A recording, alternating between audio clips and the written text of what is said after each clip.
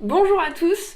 Aujourd'hui dans cette nouvelle vidéo, je voulais vous parler d'un bâtiment qui se situe à Rouen et je suis sûre que si vous êtes rouennais, vous le connaissez. Peut-être même d'ailleurs si vous n'êtes pas rouennais mais que vous êtes déjà venu en balade, parce qu'en plus il se situe aux abords d'un parking, donc on a tendance à le voir, à connaître son nom, mais je me suis rendu compte que finalement peu de personnes connaissaient son histoire, savaient si c'était un bâtiment qui était ancien ou pas, quelle était sa fonction avant. Alors on va tenter de rétablir tout ça et je vais vous présenter la Hallotoile.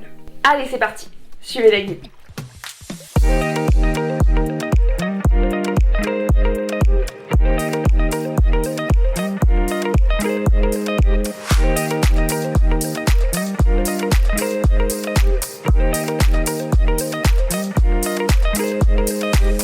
Pour commencer, un petit point géographique. La Hallotoile, elle se situe sur la place de la Haute-Vieille-Tour, qui se situe à peu près entre la cathédrale et la Seine, sur la rive droite de Rouen.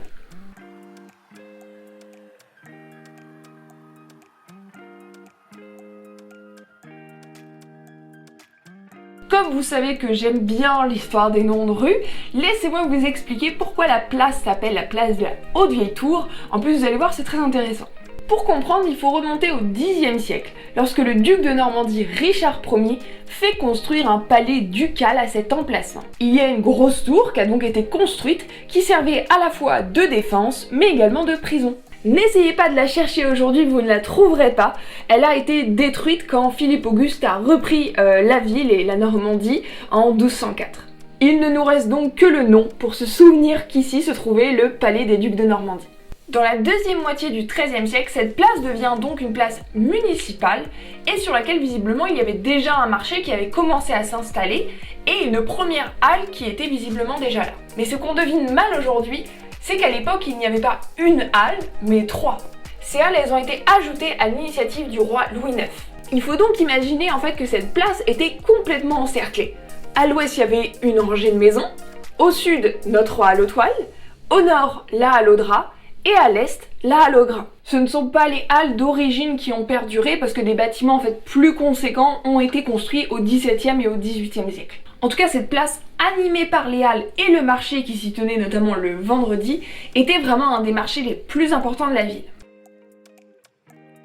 Alors, on y trouve à peu près tout, évidemment du linge, des draps, du textile, ça vous l'avez compris, Rouen étant évidemment assez célèbre et réputé pour cette industrie-là. Mais on y trouve aussi des éléments d'artisanat comme la faïence, la poterie ou encore la verrerie. Et évidemment, on trouve également des produits alimentaires. Il faut aussi préciser que la Hallotoile, qui était donc le bâtiment le plus grand et le plus ancien, séparait la place du marché en deux portions. D'un côté, on a la partie nord, qui était la plus importante du marché. C'est là où aujourd'hui vous avez un parking, donc c'est la place de la Haute-Vieille-Tour. Et la partie sud, appelée la place de la Basse-Vieille-Tour, donc en raison du niveau du terrain, et c'est de ce côté-là qu'on retrouvait notamment le marché aux poissons. Si vous vous rendez sur place aujourd'hui, vous verrez sur la place de la Haute-Vieille-Tour une construction qui s'élève devant la Hallotoile, et parfois d'ailleurs les gens pensent que c'est ça la Vieille Tour. Alors cette construction elle n'a absolument aucun rapport avec les halles ou avec le marché, elle a été construite au XVIe siècle et elle constituait une étape cruciale dans la procession du privilège de Saint-Romain. Alors pour vous expliquer rapidement, c'est un privilège qui remonterait déjà au XIIe siècle. Les origines sont un peu incertaines, en tout cas dès le XIIIe siècle on sait qu'il a lieu, et il permettait chaque année de libérer un condamné à mort. Ce privilège est lié en fait à la légende de Saint-Romain, qui est le saint patron de Rouen, qui aurait été accompagné par un condamné à mort lors de son combat contre la fameuse gargouille qui terrorisait la ville de Rouen.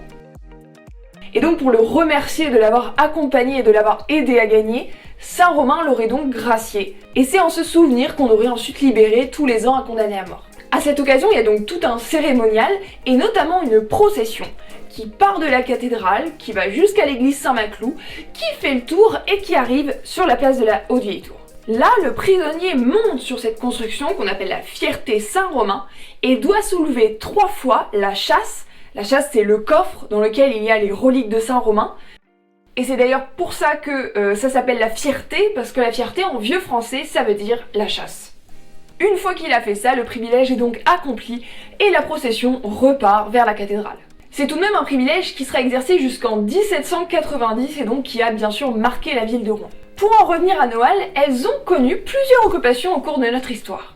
Par exemple, pendant la guerre de 100 ans, lorsque les Anglais occupaient la ville de Rouen, ils auraient installé dans la halle sud une fonderie de canons. Mais il y a eu bien d'autres choses au cours du temps. Les halles ont par exemple accueilli une caserne, un arsenal, le magasin des décors du Théâtre des Arts, ou encore l'école des Beaux-Arts, qui sera installée là jusqu'à la Seconde Guerre mondiale avant d'être déplacée à Lettres Saint-Maclou. Autre chose à mentionner aussi, c'est la construction en 1903 de la Bourse du Travail. Sa construction a amené encore plus d'animation à cette place déjà bien vivante, parce que devant la Bourse du Travail se tiendra par exemple des manifestations. Mais bien sûr, ensuite arrive la Seconde Guerre mondiale. Malheureusement, pendant la Semaine Rouge, cet épisode qui se tient du 30 mai au 5 juin 1944, des bombardements vont détruire énormément de bâtiments, et notamment dans cette portion-là de la ville, entre la cathédrale et la Seine, et les halles seront détruites. Alors des halles, il ne va rester quasiment rien, à part un pan de mur de notre halle aux toiles, et devant, la Fierté Saint-Romain, quasiment intacte comme un miracle. Donc la halle aux toiles que vous voyez aujourd'hui, ce n'est pas la halle d'origine, elle a été reconstruite à l'identique après la guerre, et c'est la seule des trois qui l'a été. Si vous allez voir d'ailleurs sur la face ouest de la halle aux toiles, qui donne sur la place Gaillard-Bois, qui est actuellement en travaux, vous verrez un monument en hommage aux victimes des bombardements de 1940 et de 1944, sur lequel on a d'ailleurs accolé une porte qui provient de l'ancien hôtel des douanes, disparu lui aussi. Aujourd'hui, la halle aux toiles, ça reste un lieu vivant qui est utilisé par exemple pour des expositions, des congrès, des salons, et même en ce moment par exemple c'est un centre de vaccination. La place quant à elle n'est plus celle animée d'un marché, mais c'est un parking. Donc c'est vrai qu'il est difficile d'imaginer la vie grouillante d'un marché à cet endroit, mais heureusement avec des photos, des cartes postales ou même des peintures on peut s'en rendre compte. Et oui, parce que cette place, et notamment cette rue, la rue de l'épicerie qui remonte vers la cathédrale, a été de nombreuses fois peinte, et notamment par le peintre impressionniste Camille Pissarro. Voilà, cette vidéo touche à sa fin, j'espère que ça vous a plu. N'hésitez pas à me dire en commentaire s'il y a des bâtiments comme ça que vous aimeriez découvrir. Également, je voulais vous remercier encore une fois pour tous vos retours, vos commentaires, voilà, qui sont toujours aussi positifs et bienveillants. En tout cas, on est bientôt 1000 sur cette chaîne, 1000 abonnés, donc j'en suis super contente, c'est énorme. N'hésitez pas encore plus du coup à partager autour de vous. En plus, je vous cache pas que si on atteint 1000 abonnés, je vous prépare un petit concours. Donc voilà, n'hésitez pas non plus à me suivre sur Facebook ou sur Instagram où je vous partage encore plus de contenu et des choses différentes. Avant de partir, n'oubliez pas de mettre un petit j'aime sous cette vidéo et je vous dis à très bientôt.